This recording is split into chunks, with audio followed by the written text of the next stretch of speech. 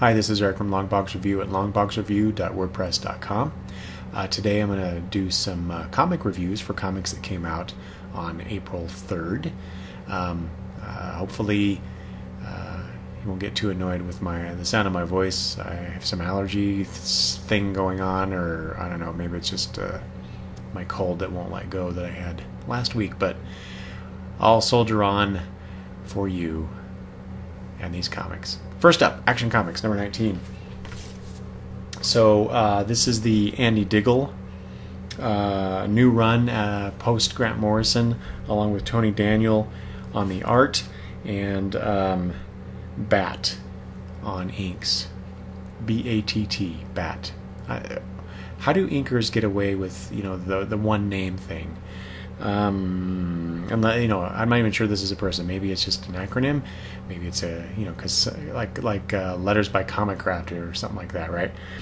Anyway, so first Action Comics beside or post Grant Morrison, and we get a flashback tale from a year ago. It says, but it opens up with, and this is probably the best part of the whole comic, with Lois and Clark on assignment in the Middle East, in the ever-present Middle Eastern country of Kurak, or Kurak. I'm not sure how they say that, but it's the one Middle Eastern country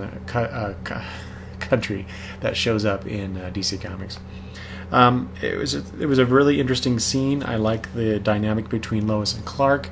That's what's been missing, I think, in the Superman comics thus far, is that relationship. And I know they've kind of brushed it aside. They're more just co-workers. But I kind of miss that dynamic. Maybe that's just old school of me, but I do. I did find it interesting. I just want to make note of this. So there's a page where they do these close-up panels of Clark and Lois's faces, and Clark has the blue eyes, very clearly blue eyes, and Lois has purple eyes. So it could just be contacts, but purple eyes. It's interesting. I didn't know she was related to Garth. And look that up. That's old school DC Comics, kids. Okay, gosh, I hope I got that right anyway. So yeah, we get that scene, that really cool scene at the beginning between Lois and Clark, and then basically Clark goes off to be Superman, and he gets attacked by some robots, or guys in robot suits, which is, lo and behold, actually a ruse by Lex Luthor to inject Superman with this kryptonite thing that affects him 3 weeks later. There is a nice scene, though, in here with Lex Luthor and his psychiatrist, psychoanalyst. There we go. Turns out that he has her on permanent retainer, in that he will not let her go, to help him through his issues, I guess. But she does accurately diagnose him as a sociopath, a psychotic megalomaniac, quite possibly the most dangerous man on the planet, sir, she says. So you get that. And then Superman, the thing that Luthor infected him with, basically takes him out of the sky, and he's being transformed. So, okay, so that's basically the story. So there's a lot of talk about Action Comics, considering that Andy Diggle has basically walked away from the book. I believe that I'm hearing that he had basically 2 issues in the can before he walked. So I did like this for the most part, as far as Andy Diggle writing Superman. It was nice. I'm not sure how things are going to go after his stuff is done. I did hear that Tony Daniel was supposed to take over writing duties as far as he could after Andy was done, but now I'm hearing other things, so I'm not quite sure, and I'm not up on that, so oh well. Tony Daniel on art. I was actually okay with Tony Daniel doing this. I've seen him do Batman in Detective Comics when that first relaunched, and that was good. His Superman, though, was a little, I don't know, it seems a little off, and that might be the inker, or inkers, or whoever the hell Bat is. but for the most part, it's good. There's some nice, kind of pin-up images in the comic that are nicely done, and there's some other stuff that's, shall we say, it looks a little, I don't know, messy, but it's a better Superman that I've seen in other comics. So there you go. That's action. And next up is Age of Ultron. This is number 4. Okay, so last time that we talked, issue number 3, it was revealed that the Vision appeared to be the one behind the Ultron thing. And so I wondered, is this really true, or what's going on? Well, it turns out it's not true. And you find out that Ultron, and the reason why this is, I guess, worked so well for Ultron, is that he has basically destroyed the world, taken over the world, however you want to put it, from the future. And he's using the Vision in the present to kind of, I guess, oversee things or be his eyes and ears along with his Ultron robots.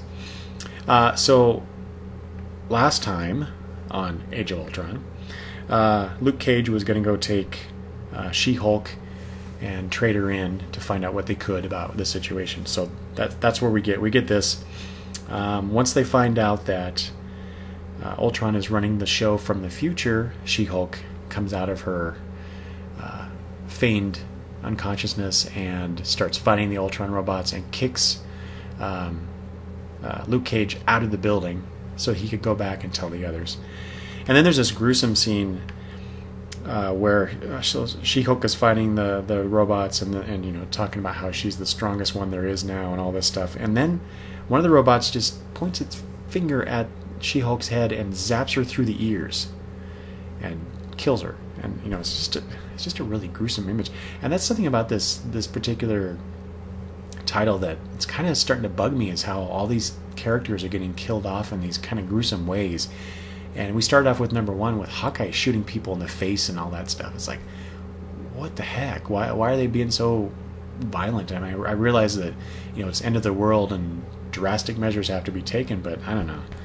This just doesn't feel like, I don't know. It almost feels gratuitous, I guess. Then everybody goes off to... speaking of gruesome violence, there's a scene in here where Red Hulk, whom I thought may have been destroyed in the last issue, is not.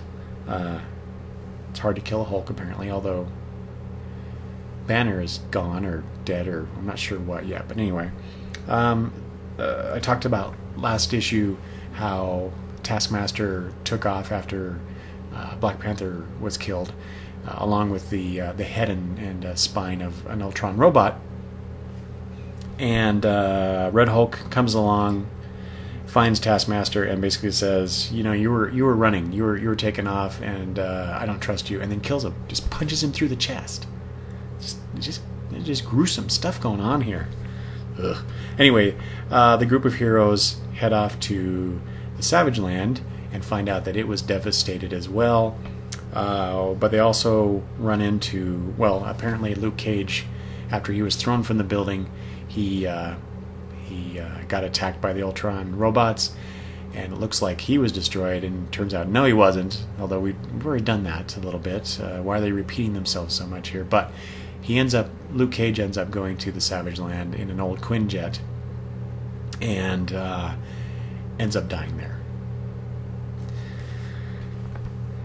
And that's about it. But then Moon Knight, I forgot his name for a moment, Moon Knight and Black Widow show up because they have Nick Fury's end of the world scenarios, and they know how to defeat Ultron, who's in the future. So at least finally, after 4 issues of this, the plot is picking up and we're moving onward towards the climax. So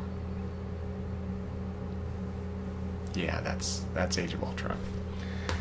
I keep going back and forth on this one. I kind of like it, but then there's lots of elements about it that I just don't like. It's not it's not a good Marvel comic. It's not a good comic, for that matter. It's not a good Bendis comic. That's the thing. I really like Bendis's his writing, his characterizations. For the most part, sometimes he gets a little off and has characters do things that they shouldn't be doing or acting or saying.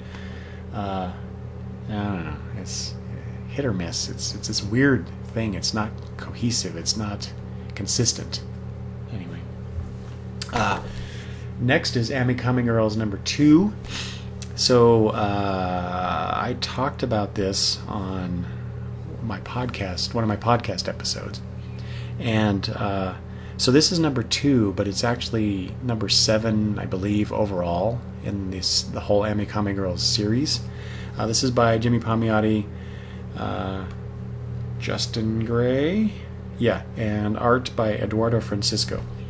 And so issue number 7 or number 2, but it ends the Brainiac story. And then after they defeat Brainiac and the end of the world scenario, Power Girl, who is the super man of this world, decides that they should basically come together as a team if the need arises. So, there's your Justice League. And Wonder Woman is kind of she's really adversarial in here, which is kind of cool. And then you have Batgirl and Robin, who are the underage members of the team. And this is there's an interesting scene in here where Power Girl basically forces them to go to their parents, Batgirl and Robin's parents, and tell them that they've been dressing up as superheroes and going out and saving the world. Which, of course, the parents don't exactly like this idea. But you see a Jim Gordon in a wheelchair with a nod, towards the whole Barbara Gordon Oracle thing. And then Robin actually turns out to be Carrie Kelly in this Ame-Comi Girls universe. So I thought that was interesting that, she's Carrie Kelly, and then we have Carrie Kelly coming into the regular DC universe more recently. But and then they set up the next plot, next storyline, which I thought was interesting. So it goes to Oa, and we've seen the Manhunters in this story before, and so we go back to them. But they're now on Oa, and you see the Guardians, and they're kind of these weird-looking creatures. There you go in the middle. And so they decide that it's time for Sector 2814 to have a ring bearer. But what was really cool about this, the question is, it says, what color ring will Oa choose? So apparently the planet chooses. So it's kind of like Mogo and Oa rolled up into one. But, so you see there's a scene where the Guardians are pointing their various powers at this, looks like a crystalline thing, but they're all different colors. And so you get the whole emotional spectrum in one on Oa, and then Oa chooses a Green Lantern to protect Sector 2814. So we'll get the new Green Lantern in this universe. So I thought that was kind of neat. So Ame-Comi Girls is this really interesting melding of old and new DC universe, but flipped gender-wise, which I really like. It's a fun little comic. Next is Bedlam. This is number 6. This is the end of the first story arc. I really like the idea of this comic with Matter Red, and the former supervillain who's reformed in some way, and he was quirky, but he knew what he was talking about, and he had this insight that no one else had to help solve the crime and catch the criminal. I really like that aspect of it. But this comic was more about the criminal involved and who was behind the criminal. It was a resolution to the story. I wish the focus was more on the Matter Red character and also his relationship with the cop that he drugged unconscious so that he could go do things. There's also some office politics, if you will, where the chief or whatever he is, the captain or whatever, is basically telling the police officer that she has to play nice, I guess, and don't rock the boat, that kind of a thing. So I like that. I want to see more of that. I hope we get to see more of Matter and the detective. What I did not like, though, was how it ended with. So they defeat the one bad guy who, he's a guy who kind of dresses up like an angel and goes around killing people. Well, it turns out that there's more of them. So I just want this storyline to be done and move on to the next thing. I don't think we need to have a repeat of what we've already read. So I'm hoping that Nick Spencer, and that's who's writing this, and I forgot to mention that, Nick Spencer, Riley Rossmo doing the art, with Fraser Irving doing the covers. I wish Fraser Irving would do the interiors. Nothing against Rossmo, because his art actually, I think, does a really, or it goes well with the story that's here. But I just like Fraser Irving. Okay, so here we have the big one. Detective Comics 19/900. So the 900th issue of Detective Comics here, and it's a weird mix of things. Primarily because there's a lot of Man-Bat love in here. There's 2 stories directly that feature Man-Bat, and then there is a story at the end that has to do with the Man-Bat story at the beginning of the comic. And then there's a couple other, there's a Bane piece, there's a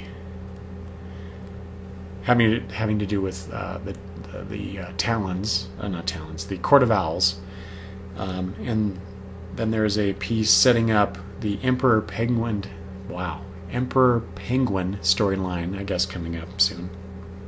That's also related to the Man-Bat thing, just very briefly, but okay. So those are the stories. When I first read this, I thought it was weird that the 900th issue of Detective Comics didn't feel more important than this was. Take that as you will, but the first story is from the point of view of Batman, and that's the only story that's from the point of view of Batman, which maybe that's what informed my feeling about this not being important enough. What I do want to comment about this, though, a couple things. One, so we've seen the Man-Bats before in, I believe, Batman Incorporated. That's the usual place for it. So we have the Man-Bats, but we don't actually have Man-Bat, the Kirk Langstrom character. But he finally shows up here and actually turns himself into Man-Bat. Okay, so there's that aspect. The other aspect is Bruce calls his lieutenants, to get them to help him, to help the situation. And so then we get a callback to the Death of the Family storyline, where they're all pissed at Bruce, right? He tries to tell Batgirl to hold the line, keep them busy so he can do his thing, and while I like the line, it kind of bugs me, though. But Barbara says, "Oh, shut up, Bruce. I know what I'm doing." And then there's a scene where they show Nightwing, where he's calling Nightwing, and Dick doesn't even answer, which is contrary to what we've been shown in Batman, where there's that scene towards the end of Death of the Family, where he's calling everybody and they're all ignoring him except for Dick. He talks with Dick, but Dick doesn't answer and leaves Gotham, which it really bugs me. It's so much the plot of Nightwing interfering with how Nightwing should act. He would not turn his back on. I don't think he would not turn his back on Batman. He would not turn his back on Gotham when the situation needed him. And yet he's leaving, going out to Chicago. It says here, go check out Nightwing number 19 for why. I didn't like it. And then the second story is filling us in on the backstory of Kirk Langstrom from the point of view of his girlfriend / wife. And I know I should know this. Francine? Yeah. Well, it tells their relationship. They actually do get married, so it's his wife. But here's this odd thing. So he's doing this research, as he calls it, atavistic gene recall serum. And so basically he starts out by, as a scientist, trying to cure deafness.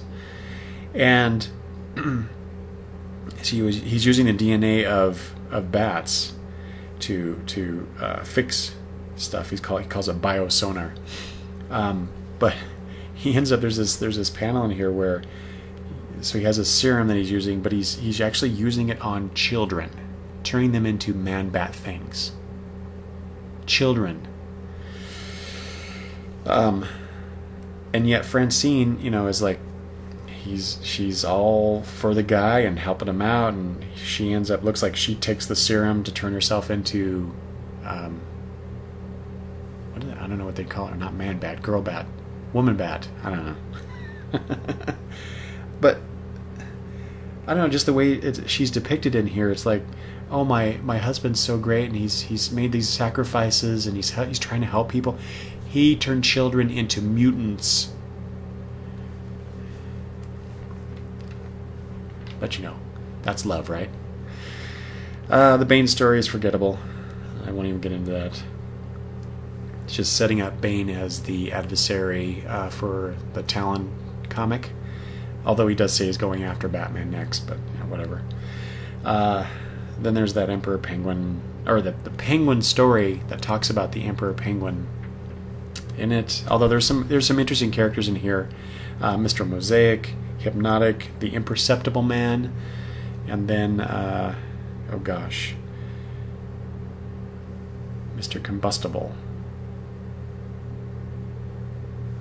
Yeah, that's it, Mr. Combustible. Just interesting character visuals, especially Combustible.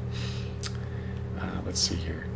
And then finally, there's this great story that's told from the point of view of the Gotham police officers who were involved in the Man-Bat outbreak. And one of them got turned and stopped by the Batman, and he's recovering in the hospital. And then you got these other cops, looks like 3 or 4 more cops, 4, in the room with the guy. And they're drinking and talking about the situation. And one of the cops basically says he wished that one of those Man-Bats had cut Batman deeper, killing him. And one of the only female cop in the room basically says, "You don't mean that, do you?" And they recount, the guy recounts his encounter with Batman, and the guy just doesn't like him. And they talk about how Joker went into the police department and killed all those people, and basically says, she says, the female cop says, imagine a Gotham without Batman to stop these crazy people, right? And the guy says, what are you, some sort of stinking bat lover? And then says, this is why other cops don't want to ride with you, because you're not one of us. And then the cop who's recuperating in the hospital bed tells her, you know what? When I was transformed, I almost killed someone, and if it wasn't for Batman, I would have. So I'm with you on this. I thought that was really cool. It'd be really nice if we see these police officers more in at least Detective Comics, if not in other Batman comics, just to carry that on. And then there's some nice pinups by various artists of Batman or his adversaries, which were kind of neat. Some of them, anyway. So, there you go. That was Detective 900. Turning to something that's a little better. Earth 2, number 11. Look at that. Dr. Fate. This is by, looks like Brett Booth, but what I really like about it is the design of Dr. Fate. I really like this design. I'm not sure who designed Dr. Fate. If it was Nicola Scott, I imagine it would be, since she's the artist. But then so these are the gatefold covers, and you may have seen this, but this is who is in the inside of that. Mr. Miracle and Barda is in this, and only in a panel. And I like the design of Mr. Miracle. I've always liked that. It's this quirky red, yellow, and green thing, but I like it. This issue, though, is mostly just Jay Garrick fighting against the monster inside Fate's tower, while the new Dr. Fate, what's his name, Khalid, basically is being led by the spirit of Nebu to where the Helmet of Fate is, and is pushing Khalid to put it on and become Dr. Fate. Well, he doesn't want to do that because he thinks he goes crazy whenever because he's worn it before and he thinks he goes crazy. He doesn't want to lose himself in this. But because the situation warrants it, and because he's inspired by Jay Garrick's heroism, he does so, and then you get Dr. Fate showing up at the end. I assume he will save the day. What I did like, though, about this, and in the couple months now that it's been leading up to Dr. Fate's appearance in Earth 2, sorry, I was thinking about how he's called Dr. Fate, and it doesn't make any sorry, it doesn't make any sense that he's called Dr. Fate other than, and I'm talking about previously in the old DC universe, unless it's a reference to Kent Nelson, who is I guess doctor of archaeology, right? But James Robinson, the writer here, even talks about that, how it's Fate, the character of Fate, but he decides that, since Khalid is a doctor, that that's Khalid's contribution to this melding of the two characters. It's kind of hokey, I know, but I kind of like the explanation. At least there's some explanation for that. But love this comic. Nicholas Scott is awesome, and I like James Robinson's take on these characters. So it's a little talky at times, but otherwise it's a great little comic. So I really enjoy it. Here's one that I read also, Fairest. This is number 14. This is they just finished up basically a storyline. This is kind of a done-in-one issue featuring some characters from Fables, but it's the story of the Fox. I'm not sure if he actually has a name other than Fox. Reynard T. Fox, and it's a story. It's his story and how he pursues the Dryad. Oh gosh, I had his name here. Her name, sorry. Her name is Princess Alder, and so she's a Dryad that shows up on the farm. If you know that from Fables, which actually I used to read in trade. I don't anymore, so I'm not caught up on what's going on in Fables. But when they started the Fairest title, I jumped on that mostly because Phil Jimenez was doing the art. He's not doing the art on this, nor has he since that first storyline, but I still enjoy the comic.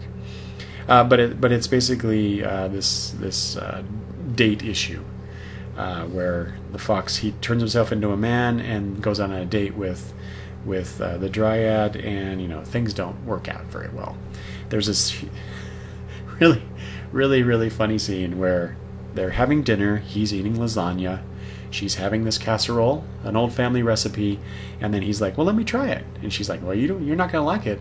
Well, let me try it anyway. So he takes a big bite of it, let me be the judge, and then spits it out because it's manure, because that's what trees like, at least this tree.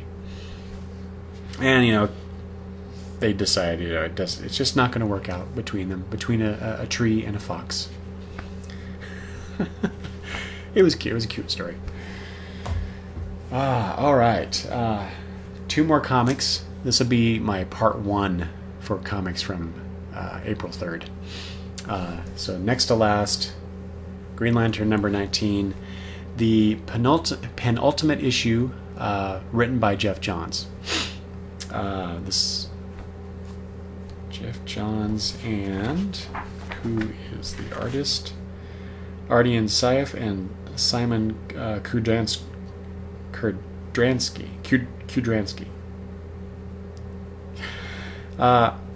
So Hal is in the land of the dead, essentially, and that's what I really like about this is that it's called the Dead Zone. Whenever they show Hal in the Dead Zone, it's kind of a black and white look to it, which I thought that's a nice choice. And then the other part of the story is Sinestro fighting the White Lantern. The First Lantern, and not doing a very good job at it, because the First Lantern ends up actually destroying Korrigar, which is Sinestro's homeworld, and that is that's gonna have repercussions, because Sinestro's always been about saving Korrigar, especially from threats without the planet, and because of him and despite him, it was destroyed. And then there's a scene at the end where his old yellow power battery shows up in front of him. So I take it this will be the return of the Sinestro that we're all familiar with him bearing the yellow ring of fear. But as far as Hal's story goes, he literally takes a leap off a cliff to wrestle the control of the Black Ring from Black Hand. Unfortunately, at least apparently, it seems like he fell off the cliff and then died, because there's a big pool of black liquid where his head is. But worry not. Hal Jordan is not dead. I know, despite the fact that some people don't like him, but I'm sure things will turn around for Hal Jordan in the next issue. All right, finally, for this part of the review, Harbinger Wars #1. So this is a crossover series event, a crossover event series, I should say, between Harbinger and Bloodshot. And so it's 4 parts, but then it runs into those 2 comics as well. This is by Valiant. This is Joshua Dysart, Dwayne Swierczynski, Clayton Henry, and Clayton Crane. And there's so many names on here because what they've done, there are 3 or 4 different pieces to this, and they're all done by different artists. Which is, I didn't mind it at all. I thought it was kind of nice because the first one is basically a flashback tale to explain some of the characters that show up later. And then there is a Harbinger-like look to this next bit where let's see, Peter Stanchik and his renegade group of they're not friends, but they're associates, I guess would probably be the best way to put it. And then we get a tie-in where we get those characters that we saw in the first part of the story who have shown up in Bloodshot, that comic. You get those again, and you get kind of their side of the story that we saw already in Bloodshot, which I thought was kind of neat. So you get a little bit more out of it if you're reading the other comics, but you don't need to read those to get what's going on here in the event book itself. So I'm liking it so far. I'm still trying to decide if I want to stay with some of these Valiant comics. That they've been good so far. Especially Harbinger. I really liked that one at first. Bloodshot surprised me. And then there's some others that I've been reading that I'll talk about eventually, I'm sure. So there you go. That is my look at the first half of the comics that I bought and read that came out on April 3rd. So there you go. Hope you enjoyed that. Please leave comments. You can leave comments on the YouTube channel, youtube.com/user/longboxreview, or you can email me at longboxreview@gmail.com. Thanks for watching.